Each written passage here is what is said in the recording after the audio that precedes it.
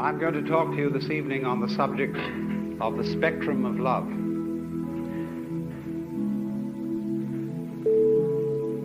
We know that from time to time there arise among human beings people who seem to exude love as naturally as the sun gives out heat.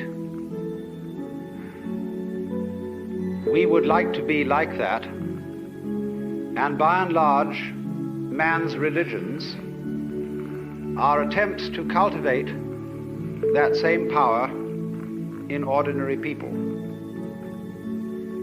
But unfortunately, they normally go about this task as one would attempt to make the tail wag the dog. I remember when I was a small boy in school,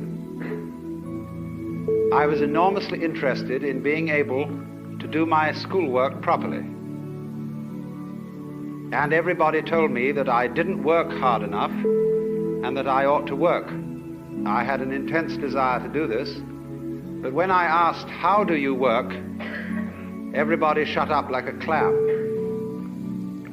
So I was extremely puzzled, but there were teachers who apparently knew how to work and had attained considerable heights of scholarship, and I admired them very much for their attainments. And so I thought that maybe I could learn the secret by copying their mannerisms. I would imitate the style of handwriting that they used.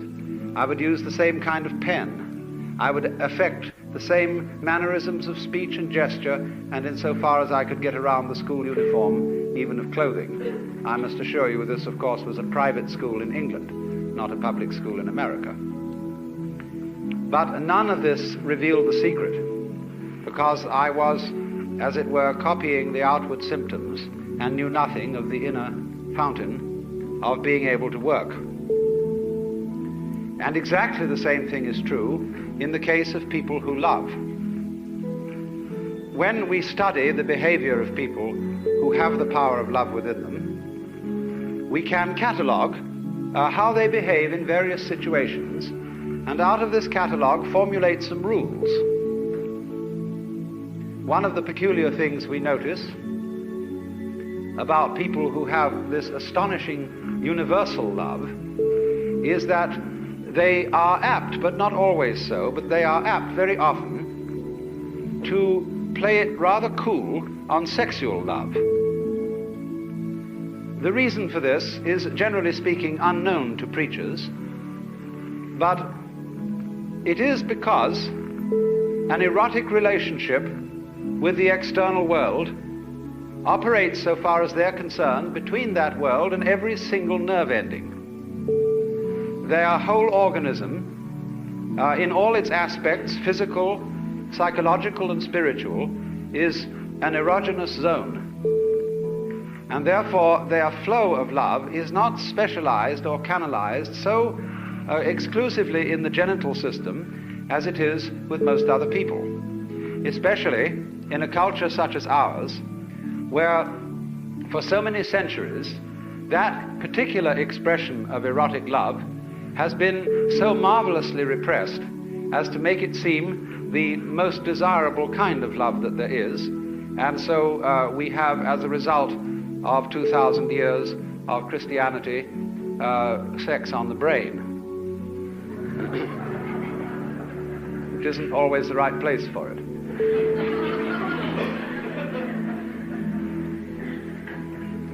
Of course, also, people who exude love are apt to give things away. They are, in every way, like rivers. They stream. And so when they collect possessions and things that they like, they are apt to give them to other people, because have you ever noticed that when you start giving things away, you keep getting more? In the same way as you empty out, you create a vacuum, nature abhors a vacuum, and more flows in. So, noticing this, the codifiers of loving behavior write down that you should give so much money to tax-deductible institutions and to the poor, and that you should be nice to people, that you should act towards your relatives and your friends, and indeed even your enemies, as if you love them, even if you don't. And of course, for Christians and Jews and believers in God, there is a peculiarly difficult task enjoined upon us, namely, that thou shalt love the Lord thy God. And not only here, going through the motions of it externally, but with all your heart, with all your soul, and with all your mind. And that is, of course, very demanding indeed. But you see what is happening. It is as if, for example, we admired the music of a certain composer, and having studied his style very thoroughly, we draw up rules of musical composition based on the behavior of this composer. We then go to send our children to music school, where they learn these rules, in the hope that if they apply them, they also will turn into first-class musicians, which they usually fail to do. Because what might be called the technique of music, as well as the technique of morals, as well as, say, the technique of speech, of language, is very valuable because it gives you something to express if, and I repeat, if you have anything to express. But if you don't have anything to say, not even the greatest mastery of English will stand you in good stead, unless you can manage to fool your listeners by talking beautiful nonsense and make it sound profound. Now, so the question and the puzzle remains. You cannot imitate this thing. There is no way of getting it, and yet it is absolutely essential that we have it. Because obviously, the human race is not going to flourish harmoniously unless we are enabled to love each other. But the question is, how do you get it? Is it something you simply have to contract like measles? Or is, as theologians say, is it a gift of divine grace, which somehow is dished out to some but not to others? And if there is no way of getting divine grace by anything you do, as the Calvinists aver, then we'd better just sit around and wait until something happens, although Calvinists never did that. They were almost depressingly energetic. But surely we can't be left in that kind of a hopeless situation. There must be some way of getting the grace, or getting divine charity or love, some sort of wangle, some sort of way in which we can, as it were, open ourselves so as to become conduit pipes for the flow. And so the more subtle preachers try to see if we can open ourselves and teach methods of meditation and spiritual discipline in the hope that we can contact this power. The less subtle preachers simply say, you don't have enough faith, you don't have enough guts, you don't have enough willpower. If you only put your your shoulder to the wheel and shoved, you would be, of course, an exemplar and a saint. Actually, you will only be an extremely clever hypocrite. The whole history of religion is a history of the failure of preaching. Preaching is moral violence.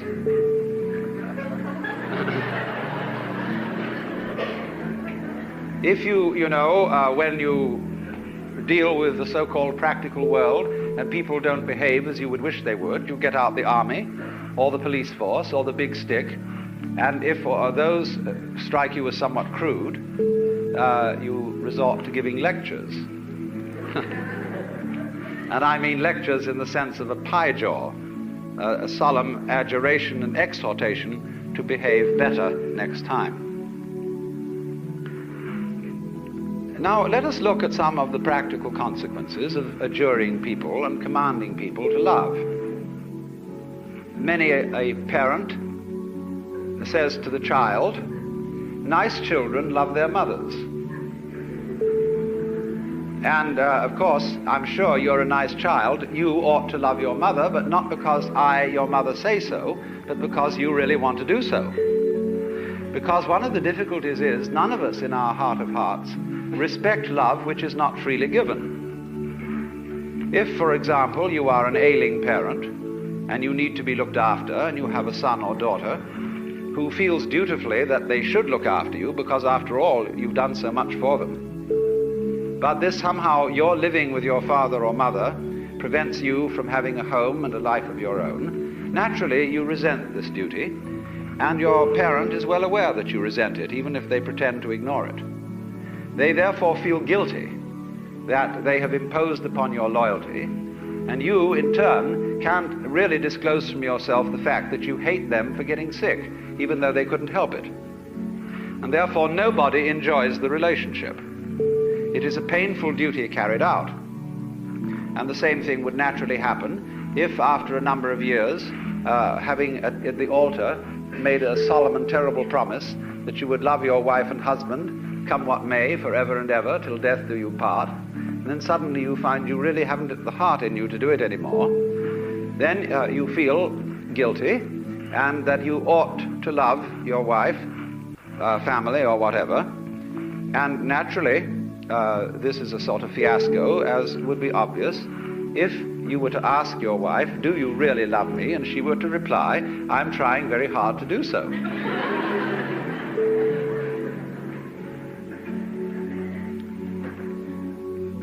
You see, the difficulty of it is this. You cannot teach a selfish person to be unselfish by any means. That is to say, whatever a selfish person does, whether it be giving his body to be burned or giving all that he possesses to the poor, he will still do it in a selfish way of feeling. And he will be able to do this with extreme cunning and marvelous self-deception and deception of others besides.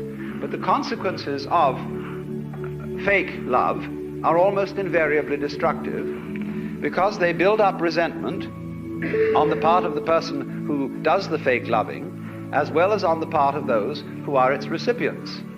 This is why the foreign aid program has been such a dismal failure. Now, of course, you may say that I'm talking in a very impractical way, because you would say, well, do we just have to sit around and wait until we become inwardly converted and learn through the grace of God or some sort of magic how to love, and in the meantime do nothing about it and conduct ourselves as selfishly as we feel? There is, as a matter of fact, something to be said for that. Because the first problem in the whole of this is honesty. And the reason why the Lord God says at the beginning of things, thou shalt love the Lord thy God with all thy heart and with all thy soul and with all thy mind, is not because the Lord God is stupid, but because he's very clever. That which appears to be a commandment is actually a challenge, or what in Zen Buddhism would be called a koan, a spiritual problem. Because if you exercise yourself resolutely in trying to love God and or your neighbor, you will find that you get more and more tangled up. You will realize increasingly that the reason why you are attempting to obey this as a commandment is that you want to be the right kind of person. And obviously you want to be the right kind of person for your own reasons. And so if you do, in the first place, feel selfish and come to the conclusion, as a result of trying various experiments with love, that you love yourself more than anybody else, the proper thing to do is to investigate your self-love, to find out why you love yourself and what you mean by yourself when you say you love yourself. For the reason is this: love is not something that is a sort of rare commodity. Everybody has it. Existence is love. But it's like water flowing through a hose. It depends in which direction you point it. So everybody has the force running. And maybe the way in which you find the force of love operating in you is that you have a passionate like of booze, or ice cream, or automobiles, or good-looking members of the opposite sex, or even the same sex. But there is love operating. And people, of course, tend to distinguish between the various kinds of love. There are good kinds, such as divine charity, and allegedly bad kinds, such as, in quotes, animal lust. But it should be understood, I think, that they are all forms of the same thing. But they differ in rather the same way that the colors of light, of white light, divide into the spectrum when passed through a prism. So we might say that the red end of the spectrum of love is Dr. Freud's libido, and the violet end of the spectrum of love is agape, what is called divine love or divine charity. And that in the middle, the various yellows, blues, and greens are friendship, human endearment, consideration, and all that sort of fellow feeling. But it's all the same thing. And so the thing is, first of all, to get it moving, to follow whatever kind of love you have in the first place. Because you cannot control love until you have some to control, until you have it running. You've got to get your car running before you can learn how to drive it. You will not become a skillful driver by sitting at a still car in a garage any more than you will become a skilled dancer if you simply never move your arms and legs. And so the first thing then is to discover what indeed you do love, if anything, and you will find there is something. And then go into the nature of that. Now, it's said that selfish people love themselves. I would say that that is really a misunderstanding of the whole thing, because yourself is something that is really impossible to love. There are various reasons for this, but one obvious reason is that loving oneself is as difficult as kissing your own lips. Oneself, when you try to focus on it, to love it or to know it, is oddly elusive. It always slips away like the pursued tail of a dog who is trying to get hold of his own tail. So to pursue your own end has some difficulties about it.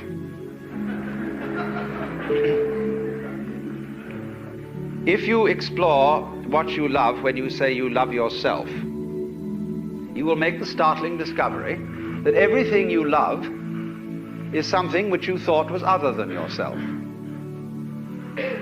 Even if it be very ordinary things such as ice cream or booze, in the conventional sense, booze is not you, nor is ice cream. It turns into you in a manner of speaking when you consume it, but then you don't have it anymore.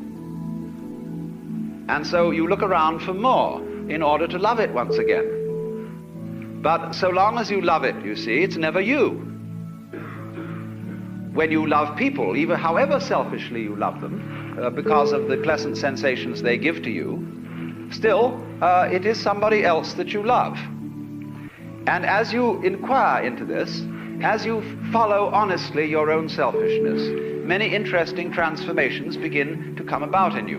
One of the most interesting transformations of being directly and honestly selfish, in the same way that, for example, cats are, is that you stop deceiving people.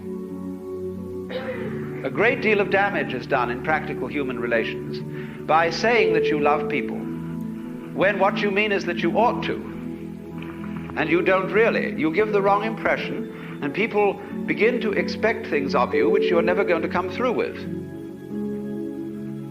We have been taught, for example, that we ought to love our enemies. Now, we don't really understand what it means to love our enemies. We think it means to be charitable towards them in the hope that we will convert them, and so that they will cease to be our enemies. The real reason for loving enemies is that one needs enemies.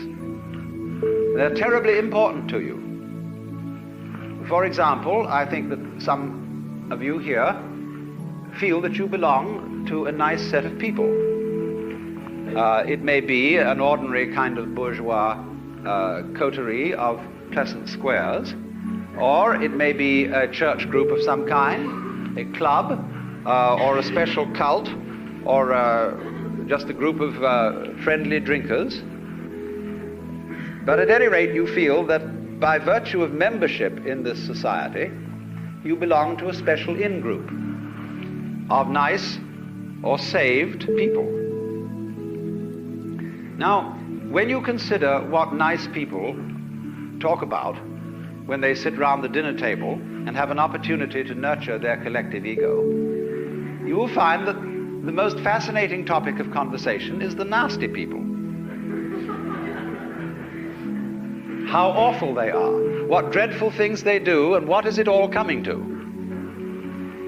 And this very, very satisfactory, condemnatory conversation nurtures your ego. But people who do that don't seem to realize that they thereby depend on the nasty people in order to know that they're nice. They are, as a matter of fact, highly indebted to them. On the other side of the picture, the nasty people, they, on their side, consider that they really are the best and nurture their collective ego by blasting the bourgeoisie, the squares, the wasps, the know-nothings, or whoever they may be. And so, for the collective ego of the non-squares, the squares are extremely necessary. If they were to disappear tomorrow, many of us would lose a cause. Now, the minute you begin to become aware of this, it's rather embarrassing. It's, of course, humorous, and I'm glad that you see this. Because at once you begin to realize how much you depend on an enemy, or an outsider, or a group of damned people as distinct from your own group of saved people. And so you begin to realize that if your collective ego, or yourself, depends on your being on the in, but you can only be on the in with relation to something that is out. And since the in and the out are inseparable if there is to be any in or any out, you suddenly discover that yourself is bigger than you thought it was. It includes the other, and you can't do without it. This brings about a fundamental change in the understanding of the meaning and nature of self. And thereupon, there become a change of attitude to other people, even if you continue with some formal opposition to them and disapproval of them. When then you are honestly clear with yourself what you like and what you dislike, and then at the same time yourself begins more and more to include things that were hitherto defined as being not yourself,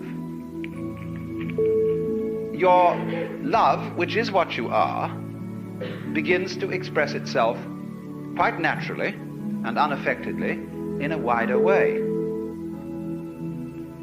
Now, to trust oneself to be capable of love, to bring up love, in other words, to function in a sociable way and in a creative way, is to take a risk. It's a gamble, because you may not come through with it.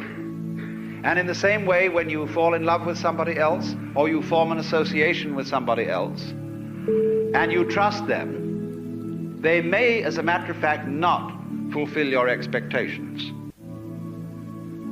But that risk has to be taken. The alternative to taking that risk is much worse than trusting and being deceived. In other words, to live together, you have to take risks. There will be disappointments and failures and disasters as a result of taking these risks. But in the long run, it will work out. My point is that if you don't take them, the results will be so much worse than any kind of wild anarchy that could be conceived. You see, here we are now as a highly disciplined human race.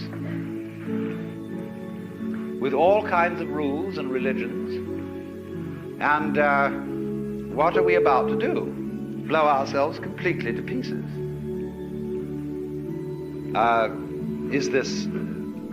Was this all a good gamble?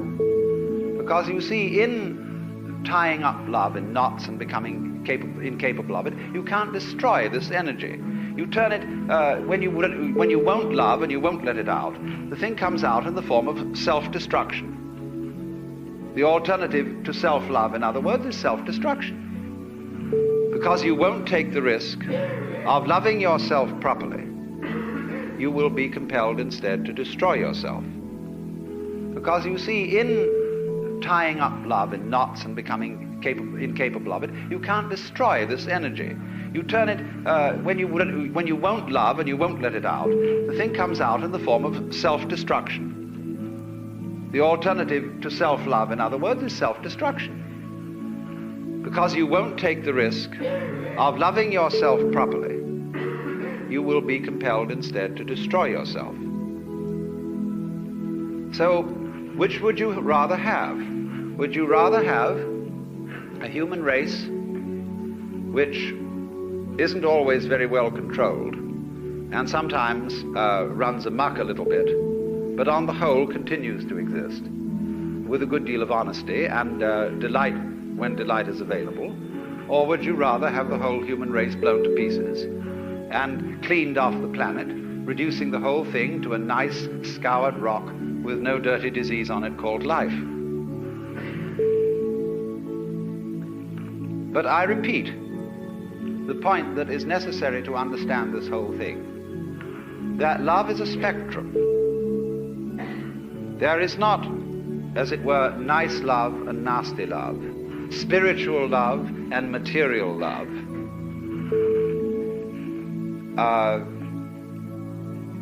mature affection on the one hand and infatuation on the other. These are all forms of the same energy. And you have to take it and let it grow where you find it. If you find that only one of these forms exist in you, if at least you will water it, the rest of the plant will blossom as well. But the essential prerequisite from the beginning is to let it have its way.